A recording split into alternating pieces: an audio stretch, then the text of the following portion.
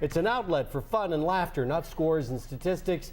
And that's a good thing. I'm glad they're moving and having fun, and they can shoot. Moving very well. 86, that's pretty good. I don't mean to be critical, but there was a travel. They did. I think there was a two-handed set shot, which I haven't Yeah. seen since 1949. Hey, I shoot like that. Yeah. Well, hey, she got it in. Which That's is, right. right. That what can I counts. say?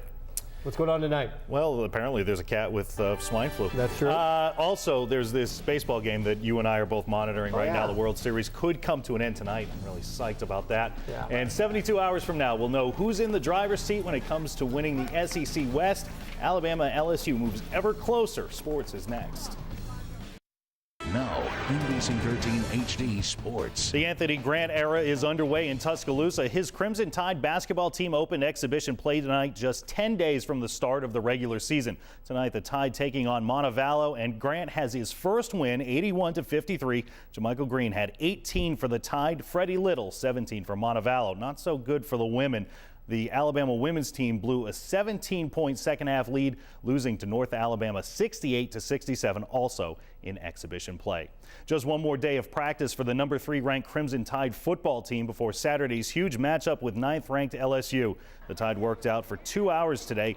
Coach Nick Saban said tonight he's pleased with his team's effort and intensity. A lot of talk has been made of Alabama's struggling offense and the need to throw deep more often. Would star wide receiver Julio Jones like to see that? I mean, I don't know. I just go out there and just do what the plays call, you know. And I mean, if it's a shutdown field, I mean, coach called the play up and we executed. But other than that, we were just taking short intermediate games. So. Gotta love a guy who does what he's told. He does his talking on the field. Remember, total coverage of the Tide, 24 hours a day on BamaChannel.com. It's homecoming week on the Plains, and the Auburn Tigers continue preparations for this week's sacrificial lamb, the Paladins of Furman, I mean.